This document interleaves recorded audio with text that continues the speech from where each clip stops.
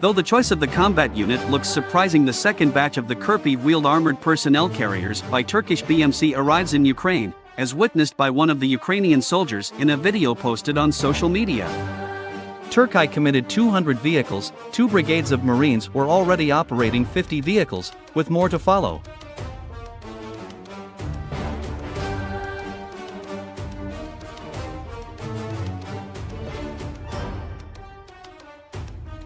However, this new batch is different. First spotted on the move by Ukraine Weapons Tracker, the new Kirpi had a remotely controlled weapon system (RCWS) installed instead of 12.7mm M2 Browning machine gun with barriers.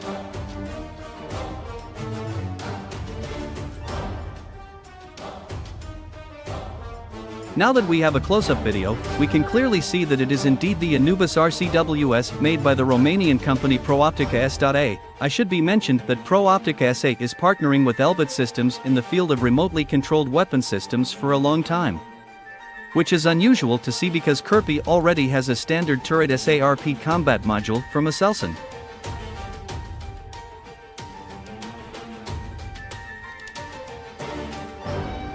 And it's not like there is any sort of political taboo in Turkey that restricts supplying some particular systems so that companies need to search roundabouts. The Turkish-made SARP dual module with 2 machine guns, 12.7mm and 7.62mm, has already been seen in Ukraine. Whereas the Turkish vehicles somehow have Romanian weapons.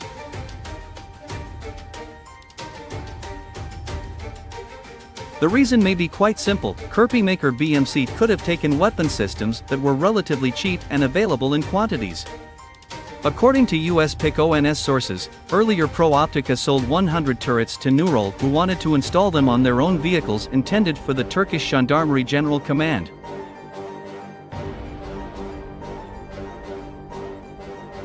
But the prototypes failed tests, so these weapon systems were left in storage without a buyer.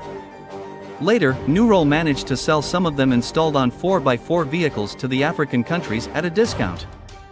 The number of weapon systems left is not specified.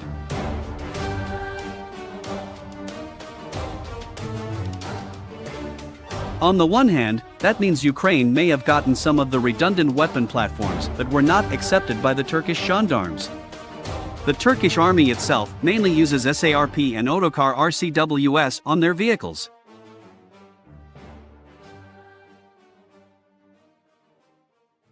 On the other, this scheme may be effective to ensure delivery of Kirpi to the armed forces of Ukraine in the shortest time possible, which is important, especially in anticipation of Ukraine's counteroffensive. Mine-resistant vehicles like Kirpi proved important for swift maneuver in the offensive operations. And of course, it is still better than manually controlled guns supplied in the previous batch. The BMC Kirpi is a troop carrier and is primarily used to transport troops from one place to another safely. It is also a versatile platform that can be adapted for any desired role. It can be used to serve different tactical purposes according to specific requirements. BMC Kirpi has 4x4 and 6x6 configurations. The vehicle is driven from all available wheels, making it suitable for carrying out its duties in all fields.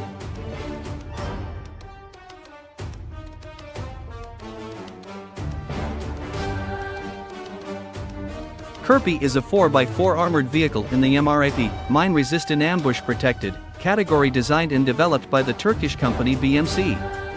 The vehicle was unveiled for the first time to the public in 2010 during the Defense Exhibition in Paris, France, Eurosatory.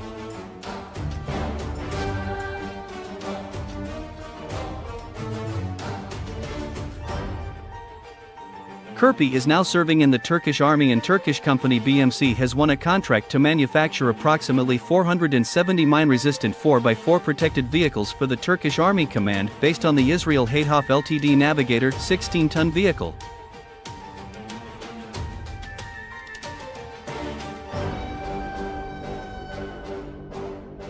This vehicle has successfully passed heavy tests according to NATO standards. With its high ballistic protection, tactical capabilities and seating capacity, the BMC Kirpi 4x4 MRAP has become an important player in the MRAP market.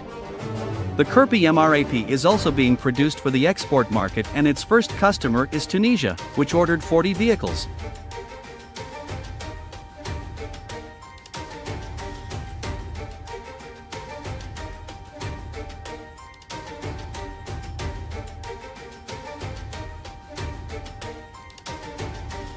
The BMC Kirpi 4x4 weighs 18 tons empty, has a payload of 2,000 kilograms with a gross vehicle weight of 20,000 kilograms.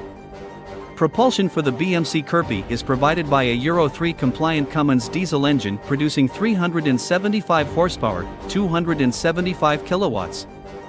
Engine cold start kit installed and cooling system adapted for tactical applications between -32 degrees Celsius plus 55 degrees Celsius.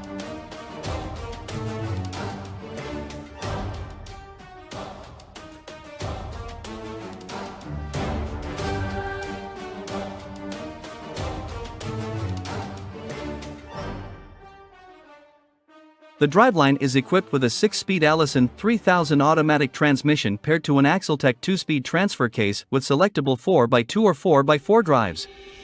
A pneumatically operated differential lock controlled by a longitudinal driver is installed.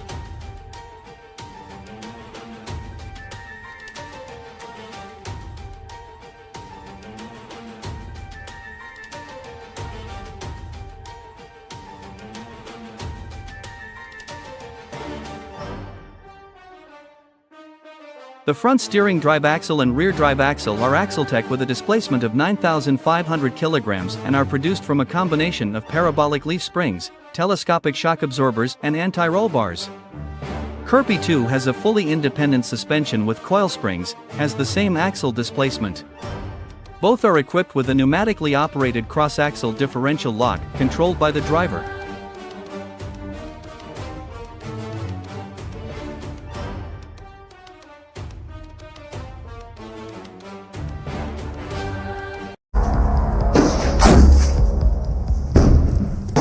The battle for Bakhmut is heating up again. Ukrainian analysts and officials said Friday, as Wagner mercenaries and Russian troops in the devastated city fight off attacks from several directions coordinated by Ukrainian forces and attempts to stop supplies from reaching them.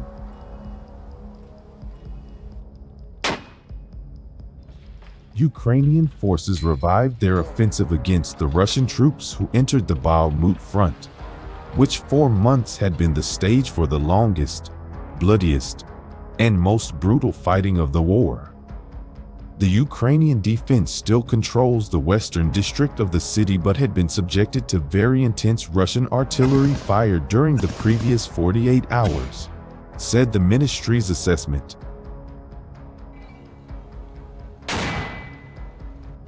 Until recently, Russia's renowned private military contractor, the Wagner Group, spearheaded the campaign to take Bakhmut, making slow and eroding progress at the cost of thousands of lives on both sides.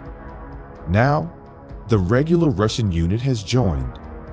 Military analysts say taking Bakhmut would have tactical military and public relations value for Moscow, although it is unlikely to prove decisive in the outcome of the war.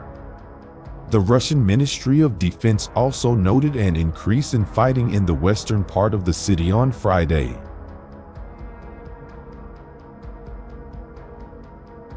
Ukrainian officials say they are buying time by exhausting Russian troops in the fighting while Kiev prepares for a counteroffensive.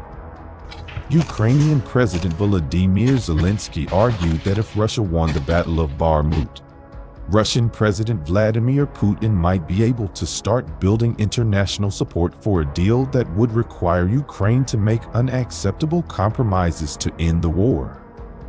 The Ukrainian president's office said Friday that during the previous 24 hours in Bakhmut destroyed 2 kindergartens and a residential building. This city already resembles a ghost town.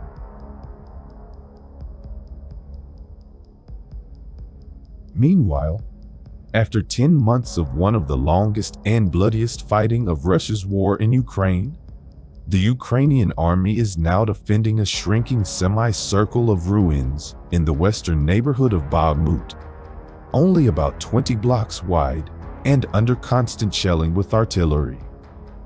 Pushed into ever smaller corners of this 16-square-mile city, the Ukrainian army is determined to hunker down and hold on, even as allies quietly question the rationale for fighting block by block.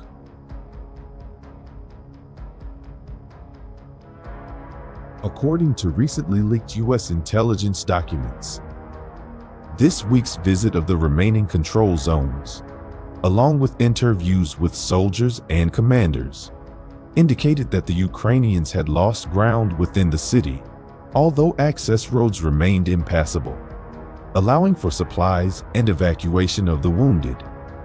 The silence of the city was broken every few seconds by explosions or crackles of small arms, coming from 3 directions: north, east, and south, only hundreds of meters away.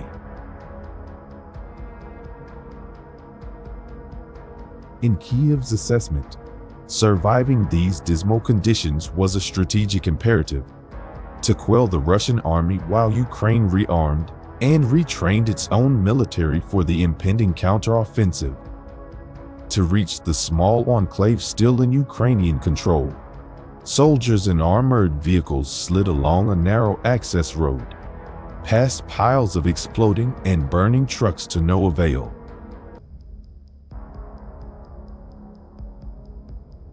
Inside the city, an armored car pulls up and soldiers jump out and run into the dungeons, spending as little time as possible in the eerie and dangerous above-ground post-apocalyptic cityscape.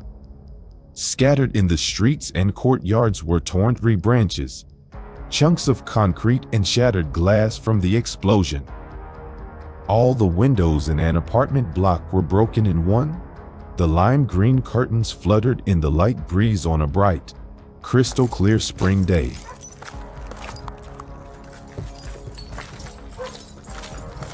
Kiev and Moscow announced separate investigations into a disturbing video showing the alleged beheading of a Ukrainian soldier and believed to have been filmed by Wagner Group mercenaries from Russia.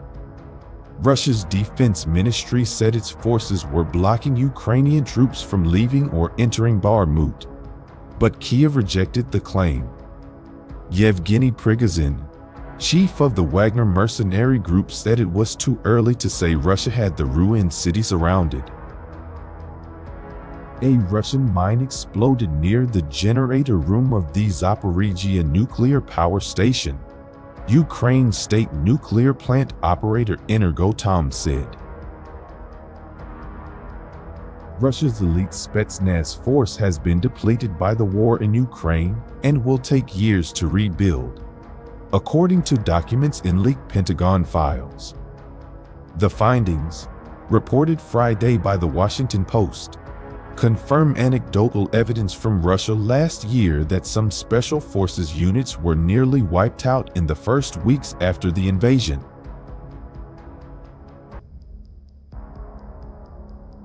Elite Spetsnaz troops need at least 4 years of training and therefore cannot be quickly replenished, according to an assessment. The Kremlin originally envisioned an invasion of Ukraine as a blitz that would overrun the country within days, thus sending its best elite troops into direct combat and high-stakes missions such as capturing Volodymyr Zelensky, Ukraine's president,